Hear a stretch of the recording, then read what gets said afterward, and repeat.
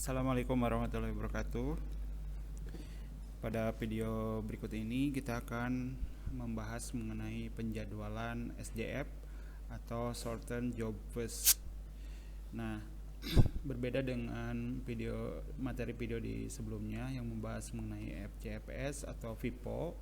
Nah, pada SJF ini sifatnya adalah selain menunggu waktu kedatangan juga memperhitungkan lama eksekusi pada setiap proses. Tetapi di dalam materi kali ini akan menjelaskan mengenai yang jenis non primitif. Nah, keuntungan daripada SJF ya yaitu waktu lebih efisien ya dibandingkan dengan FIFO atau FIFO atau SPFCS ya. Kemudian di samping lebih efisien di dalam pengeksekusian juga terdapat kelemahan juga, yaitu sulitnya diterapkan pada tiap eksekusi karena ya lama eksekusi tidak diketahui di awal ya.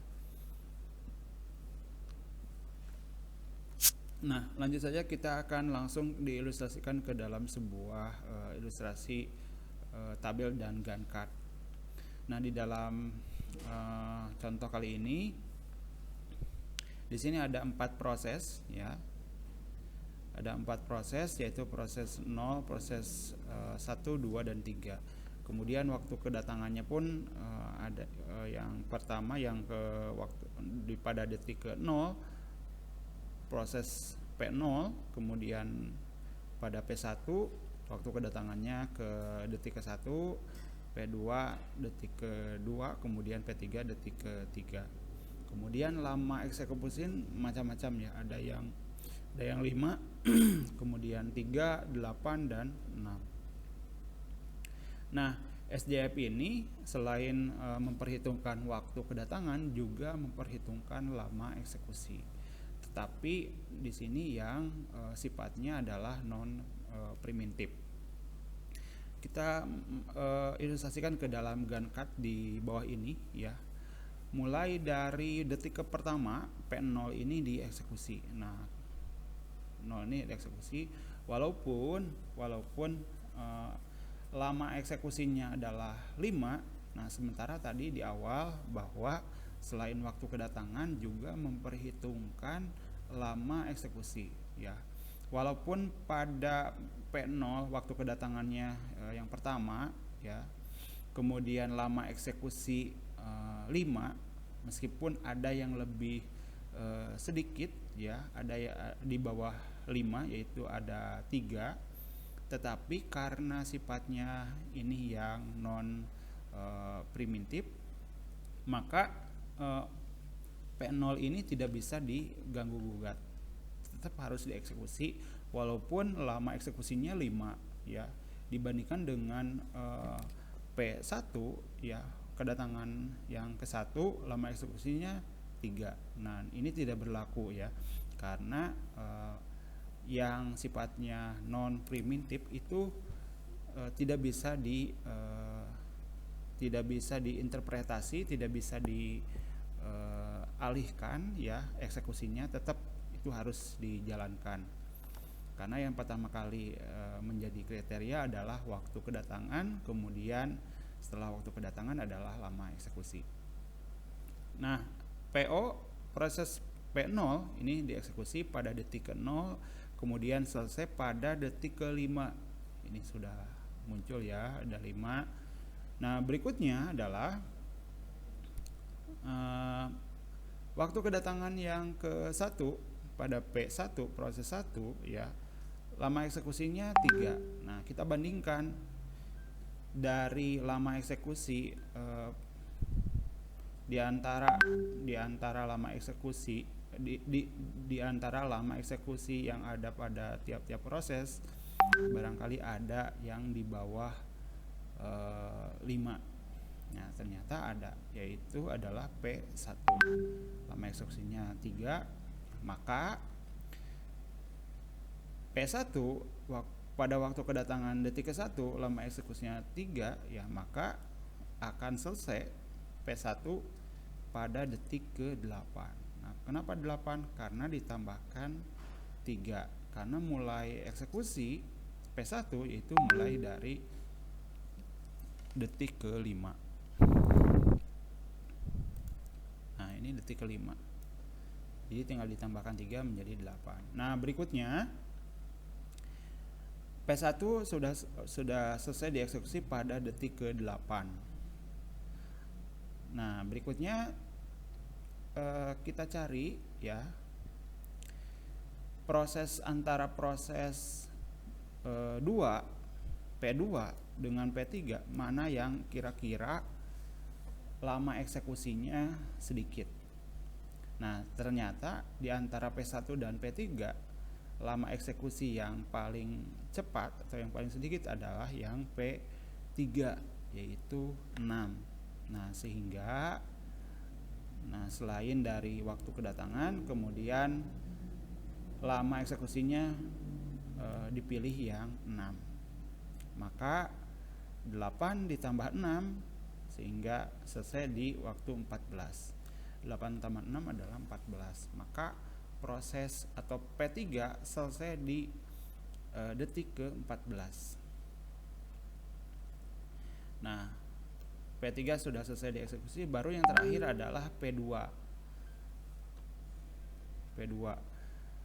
Ya, karena mulainya dari detik ke-14, kemudian lama eksekusinya 8, maka tinggal ditambahkan 14 tambah 8 adalah 22.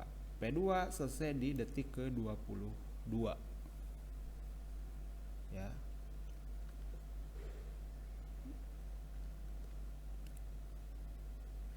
Kemudian dari selesainya eksekusi ya, kita bisa dapatkan waktu tunggunya berapa pada tiap-tiap proses, kemudian rata-rata waktu tunggunya berapa. Nah, waktu tunggu adalah lama eksekusi dikurangi waktu kedatangan.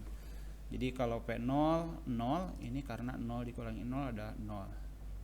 Waktu tunggu P1 5 dikurangi 1 waktu kedatangan sehingga hasilnya adalah 4. Berikutnya P2 14. Nah, ini 14. Maaf, ke P3 dulu ya, karena P3 setelah P1 P3 8 dikurangi 3 hasilnya 5. Dan yang terakhir adalah P2, ini P2 ya. P2 14, ini 14 dikurangi 2 hasilnya adalah 12. Maka rata-rata waiting time-nya atau waktu tunggunya adalah total dari waktu tunggu dibagi menjadi 4 proses. Totalnya 21 dibagi 4 hasilnya adalah 5,025 ya. Nah, intinya SJF ini adalah selain memperhitungkan waktu kedatangan juga lama eksekusi. Nah, tetapi khusus yang non primitif ya, maka walaupun eksekusinya besar dibandingkan dengan proses lama eksekusinya besar dibandingkan dengan lama eksekusi proses-proses lain, maka ini tidak berlaku ya. Waktu kedatangan P0 walaupun lama eksekusinya panjang ya, lama itu tetap dieksekusi. Dan ini silakan untuk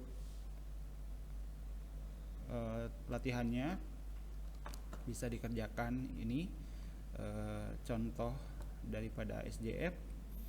Ada proses A, B, C, D, dan E. Kemudian waktu kedatangannya di sini sudah disesuaikan. Kemudian lama eksekusi sudah ditentukan. Nah, silakan nanti isi mulai eksekusinya di detik keberapa, kemudian waktu tunggunya berapa, kemudian rata-ratanya berapa. Ya. Itu saja yang bisa disampaikan pada pembahasan SJF, penjadwalan short term job first ya. Intinya sekali lagi adalah SJF. Nah, urutan eksekusi menyesuaikan waktu kedatangan dan lama eksekusi pada setiap proses ya. Dan karena ini non preemptif ya, maka proses yang pertama itu harus dieksekusi terlebih dahulu walaupun tidak memperhitungkan lama waktu eksekusi pada proses-proses yang lain. Demikian, terima kasih. Wassalamualaikum warahmatullahi wabarakatuh.